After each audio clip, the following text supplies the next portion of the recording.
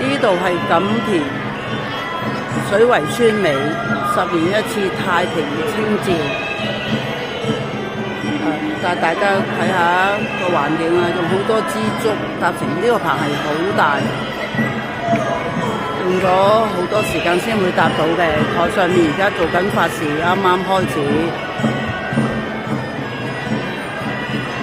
太平清醮係多年前有啲嘢發生咗，就係紀念呢度同埋超度當時嗰啲亡魂，都唔係太清楚呢個故事。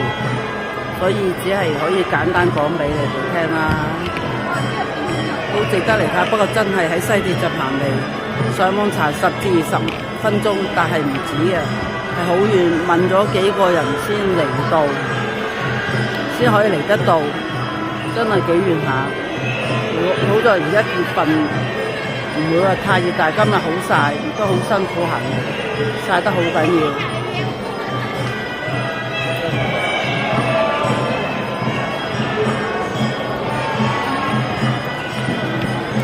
多即係每一度都有，每一個位都有特色嘅咁樣。呢度就睇翻錦田嗰啲舊相片啦。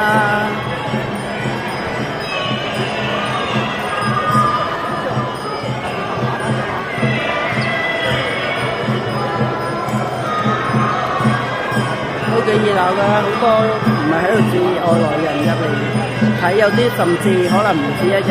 2點鐘有木偶戲睇，1月17號開始有5日大戲做，應該個棚唔會拆住，今日最後1日會做埋1月11日做埋大戲啊，都又有故事，又有好多美食賣啦，有美食啦，嘉年華儀式啦，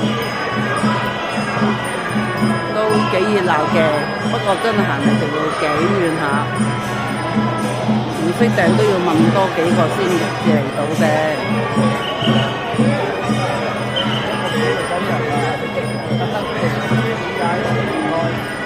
好宏偉啊！呢個棚好大㗎，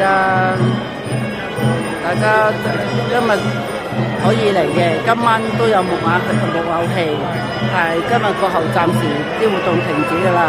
你等1月17號做大戲，先至會再。有嘢睇㗎啦，呢啲棚應該其他呢啲擺喺度俾人睇嘅展覽唔會拆住嘅，呢啲就。